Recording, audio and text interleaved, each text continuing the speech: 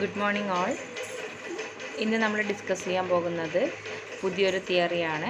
Eric ബേണിൻ്റെ transactional analysis എന്ന് പറയുന്ന ഒരു തിയറിയാണ് നമ്മളിന്ന് ഡിസ്കസ് ചെയ്യാൻ പോകുന്നത്. ഇതൊരു പേഴ്സണാലിറ്റി തിയറി തന്നെയാണ്. ഈ തിയറി ഡെവലപ്പ് ചെയ്തത് കനേഡിയൻ സൈക്കോളജിസ്റ്റായിട്ടുള്ള എറിക് ബേൺ ആണ്. അദ്ദേഹം ഈ തിയറി ആദ്യമായി എക്സ്പ്ലെയിൻ ചെയ്തത് അദ്ദേഹത്തിൻ്റെ ഗെയിംസ് പീപ്പിൾ പ്ലേ എന്ന് പറയുന്ന ബുക്കിലാണ് അദ്ദേഹം ഈ തിയറിയെക്കുറിച്ച് പറഞ്ഞിട്ടുള്ളത്.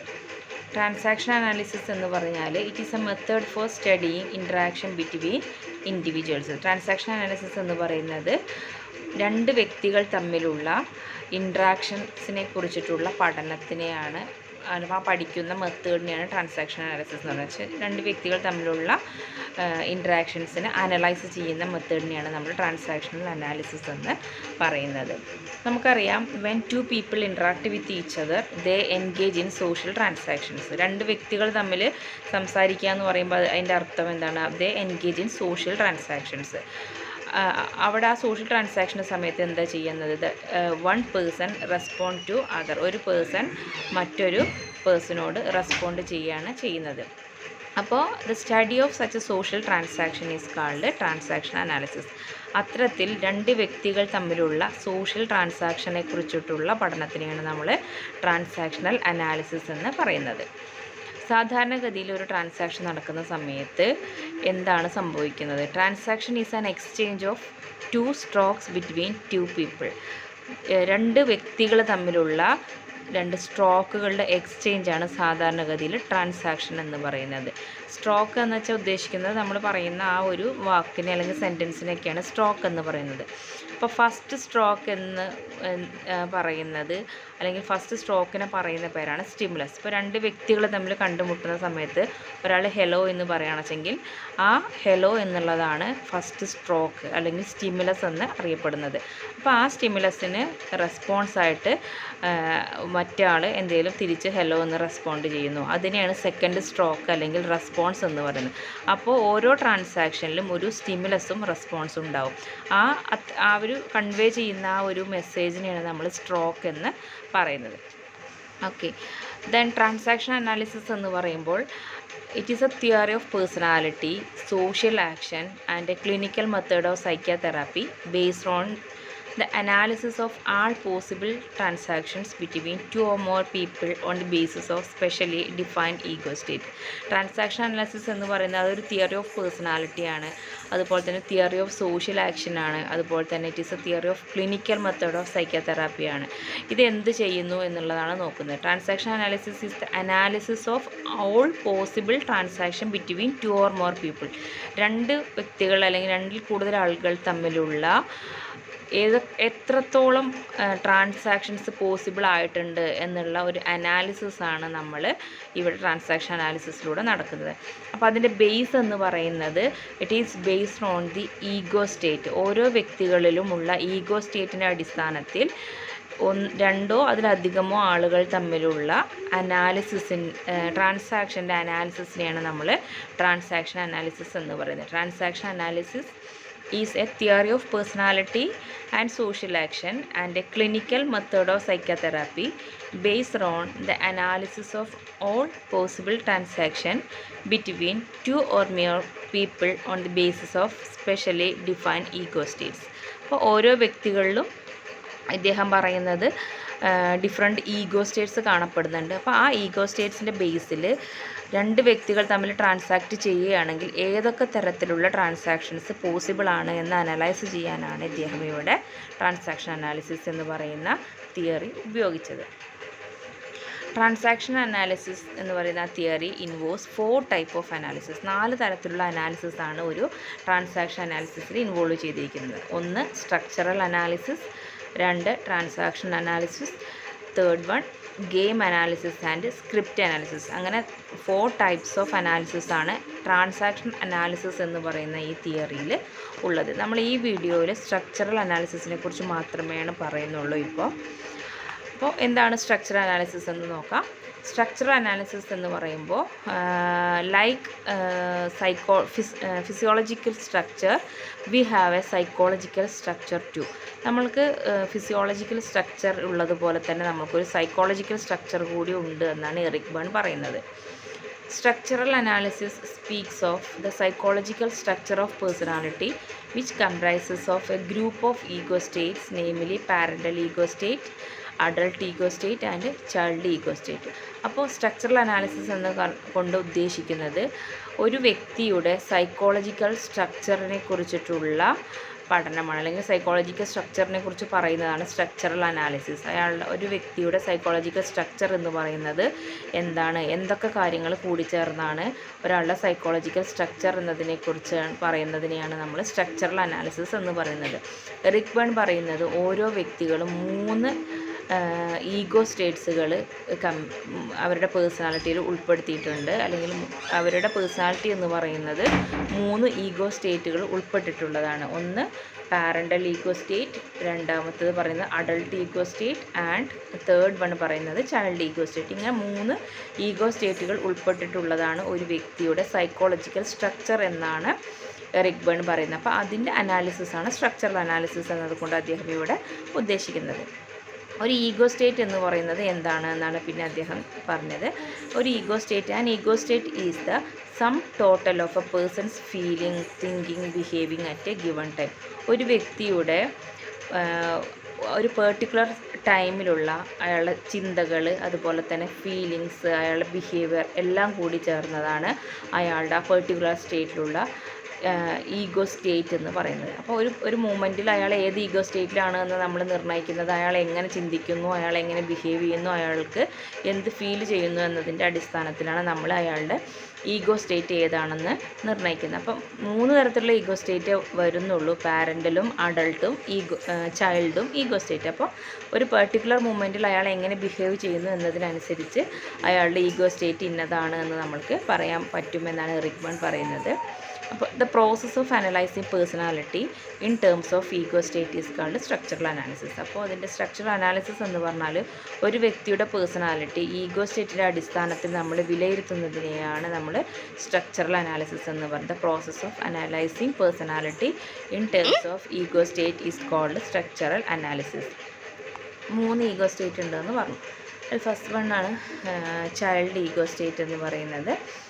ചൈൽഡ് ഈഗോ സ്റ്റേറ്റ് എന്ന് വെച്ചെങ്കിൽ നമുക്കറിയാം every human individual would have been a child once. നമ്മളെല്ലാവരും നമ്മളെല്ലാവരും ചൈൽഡ്ഹുഡിലുള്ള ഉണ്ടായിരുന്ന അല്ലെങ്കിൽ ചൈൽഡ്ഹുഡിലൂടെ കടന്നു വന്ന ആളുകളാണ് അല്ലേ. At that time you have experience wide range of experiences. നമ്മൾ ഓരോ വ്യക്തികളും വ്യത്യസ്ത തരത്തിലുള്ള എക്സ്പീരിയൻസസുകൾ നമ്മൾ എക്സ്പീരിയൻസ് ചെയ്തിട്ടുണ്ട്. So that experiences are record in our brain and nervous system. നമ്മൾ ആ സമയത്ത് നമ്മൾക്കുണ്ടായിരുന്ന എക്സ്പീരിയൻസസുകളെല്ലാം നമ്മുടെ ബ്രെയിനിലും നെർവസ് സിസ്റ്റത്തിൽ നമ്മൾ റെക്കോർഡ് ചെയ്യപ്പെട്ടിട്ടുണ്ട് അല്ലേ. These experiences would be often unconsciously repeated when appropriate situation arises. The individual may be said to behave like a child for the time. ചില സമയത്ത് ചില പെർട്ടിക്കുലർ ടൈമിൽ അൺകോൺഷ്യസ്ലി നമ്മുടെ ഉള്ളിലുള്ള ആ ഒരു ചൈൽഡിഷ് ആയിട്ടുള്ള ബിഹേവിയർ നമ്മൾ കാണിക്കാറുണ്ട് അല്ലേ. അപ്പോൾ നമ്മുടെ ഉള്ളിൽ ഓൾറെഡി ഒരു കുട്ടിയായിരുന്ന സമയത്ത് നമ്മൾ എങ്ങനെയാണ് ബിഹേവ് ചെയ്യുന്നതെന്ന് നമ്മുടെ ബ്രെയിനിൽ നമ്മൾ ഓൾറെഡി സ്റ്റോർ ചെയ്ത് വെച്ചിട്ടുണ്ട് അപ്പോഴത്തെ എക്സ്പീരിയൻസസുകളൊക്കെ. അപ്പോൾ ആ എക്സ്പീരിയൻസസുകൾ ചില സമയത്ത് അൺകോൺഷ്യസ്ലി നമ്മൾ റിപ്പീറ്റ് ചെയ്യാറുണ്ട്. When one feels things and behave as done when he or she had been child that individual said to be in a child ego state. അപ്പോൾ എപ്പോഴാണോ ഒരു വ്യക്തി ചെറിയ കുട്ടിയായിരുന്നപ്പോൾ ഉള്ളതുപോലെ ബിഹേവ് ചെയ്യുന്നത്, അല്ലെങ്കിൽ ഒരു ചെറിയ കുട്ടി കാണിക്കുന്ന പോലത്തെ ഫീലിങ്സ് അല്ലെങ്കിൽ ബിഹേവിയേഴ്സൊക്കെ കാണിക്കുന്നത്, ആ സമയത്ത് നമ്മൾക്ക് വേണമെങ്കിൽ അയാൾ ചൈൽഡ് ഈഗോ സ്റ്റേറ്റിലാണെന്ന് വേണമെങ്കിൽ പറയാം. ഇപ്പോൾ ഫോർ എക്സാമ്പിൾ നമ്മളിപ്പോൾ ഒരു ചെറിയ കുട്ടിയോട് സംസാരിക്കുമ്പോൾ ചെറിയ കുട്ടികൾ സംസാരിക്കുന്ന അതേ ടോണിൽ നമ്മൾ സംസാരിക്കാറുണ്ട് അല്ലേ.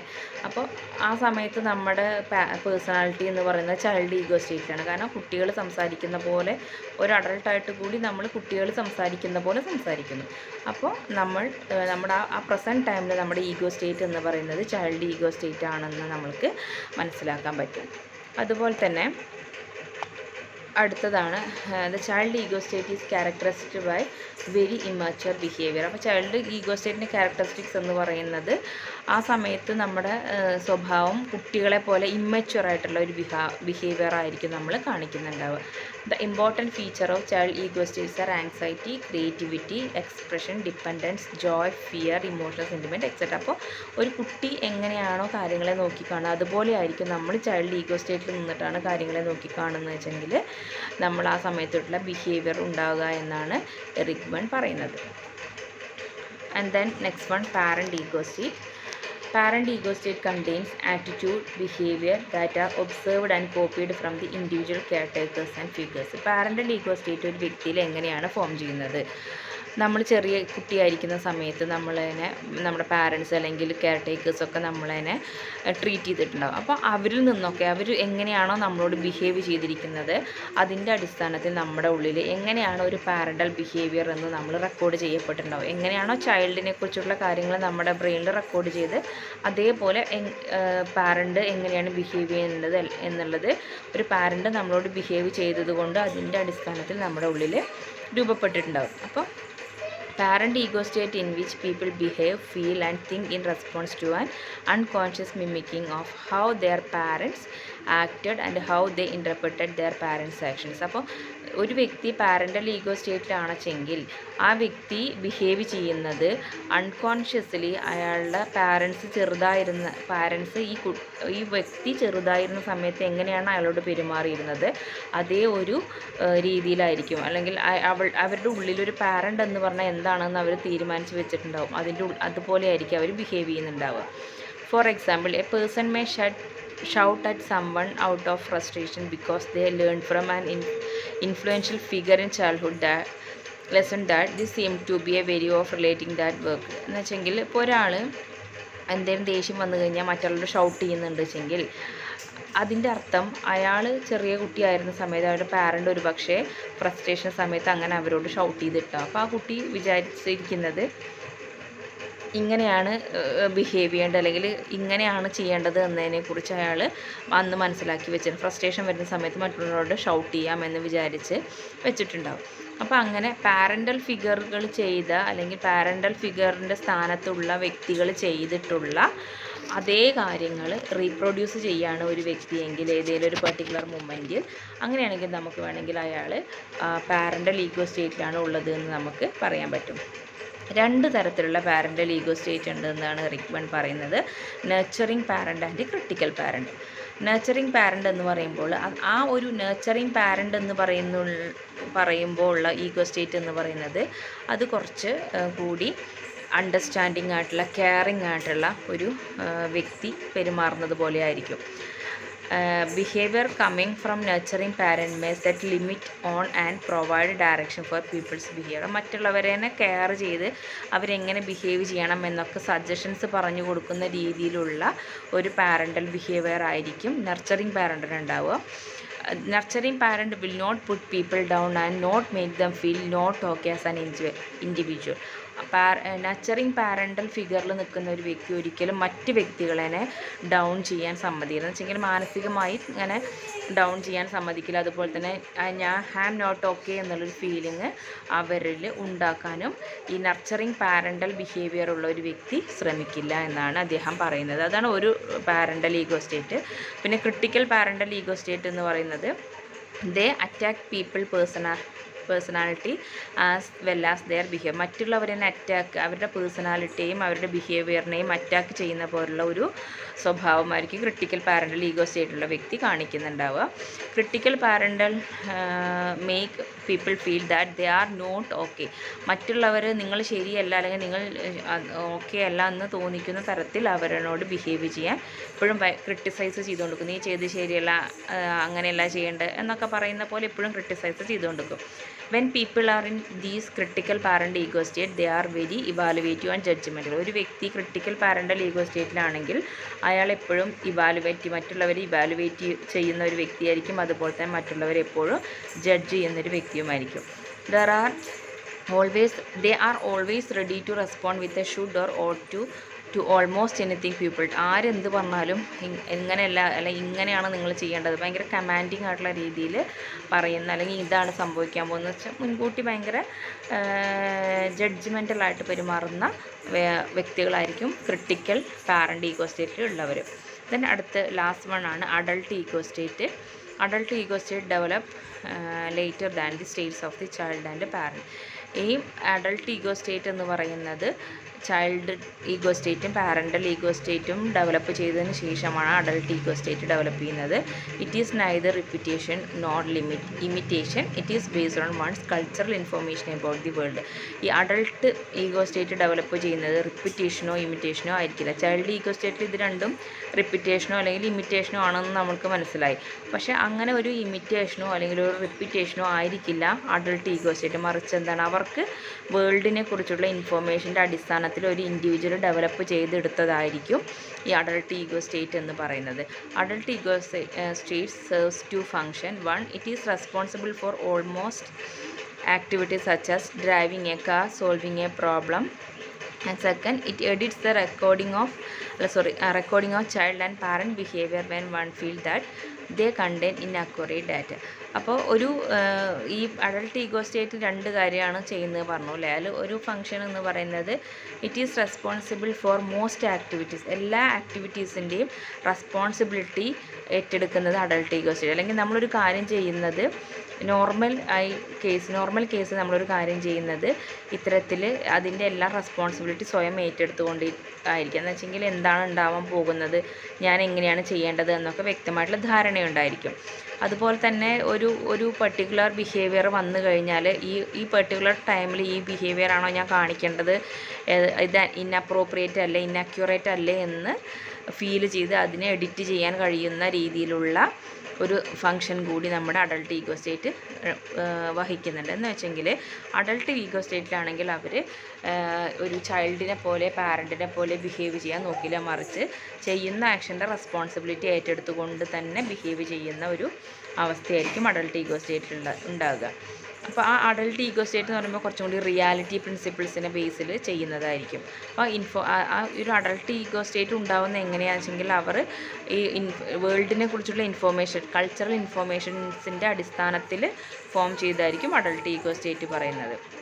When one feels things and behaves in ways which are direct, here and now response to events around him or her using all the abilities processed as grown up, the individual is said to be in adult ego state. അപ്പോൾ ഒരു വ്യക്തി when one feels things and behaves in ways which are direct, here and now, ഒരു വ്യക്തി ഇപ്പോൾ ഒരു particular സാഹചര്യത്തിൽ present situation mention ചെയ്തുകൊണ്ട് അല്ലെങ്കിൽ പ്രസൻറ്റ് സിറ്റുവേഷനെ ബേസ് ചെയ്തുകൊണ്ട് അവർ ആ ഒരു കാര്യത്തിനോട് റെസ്പോണ്ട് ചെയ്യുന്നുണ്ട് വെച്ചെങ്കിൽ, അല്ലെങ്കിൽ അയാൾക്ക് അതുവരെ അയാളിൽ ഉണ്ടായിട്ടുള്ള ഡെവലപ്പ് ചെയ്തിട്ടുള്ള എബിലിറ്റീസ് ഉപയോഗിച്ചുകൊണ്ട് അയാളെ ഇപ്പോൾ ഒരു 20 വയസ്സാണെന്നുവെച്ചെങ്കിൽ ആ 20 വയസ്സ് വരെ അയാൾക്ക് ഉണ്ടായിട്ടുള്ള കാര്യങ്ങൾ ഉപയോഗിച്ചുകൊണ്ടാണ് ഒരു കാര്യത്തിനോട് അവർ റെസ്പോണ്ട് ചെയ്യുന്നത് എങ്കിൽ നമ്മൾക്ക് അവർ പർട്ടിക്കുലർ സമയത്ത് അഡൾട്ട് ഈഗോ സ്റ്റേറ്റിലാണ് എന്ന് നമ്മൾക്ക് പറയാൻ പറ്റും. അപ്പോൾ നമ്മൾ പാരൻറ്റും ചൈൽഡും എന്ന് പറയുമ്പോൾ 20 വയസ്സാണെങ്കിലും അവരുടെ ബിഹേവിയർ ചൈൽഡിനെ പോലെ ആണെങ്കിൽ നമ്മൾ അയാളെ ചൈൽഡ് ഈഗോ സ്റ്റേറ്റിലാണെന്ന് പറയുന്നു. പാരൻറ്റിനെ പോലെയാണ് അയാൾ എപ്പോഴും ബിഹേവ് ചെയ്യുന്നത് വെച്ചെങ്കിൽ അയാളിപ്പോൾ പാരൻ്റ് ഈഗോ സ്റ്റേറ്റിലാണെന്ന് പറയുന്നു. അല്ല, നോർമലി സിറ്റുവേഷൻ അറിഞ്ഞ് അതിനനുസരിച്ച് ബിഹേവ് ചെയ്യുന്ന ഒരു വ്യക്തിയാണെന്ന് വെച്ചെങ്കിൽ നമ്മളതിനെ അഡൾട്ട് ഈഗോ സ്റ്റേറ്റിലാണെന്നാണ് പറയുന്നത്. ഇത്രയാണ് നമ്മൾ ആ ട്രാൻസാക്ഷൻ അനാലിസിസിൻ്റെ ഫസ്റ്റ് പോർഷനാണ് പറയുന്നത്. ഇനി ബാക്കിയുള്ളത് അടുത്ത വീഡിയോയിലിടാം. ഓക്കെ.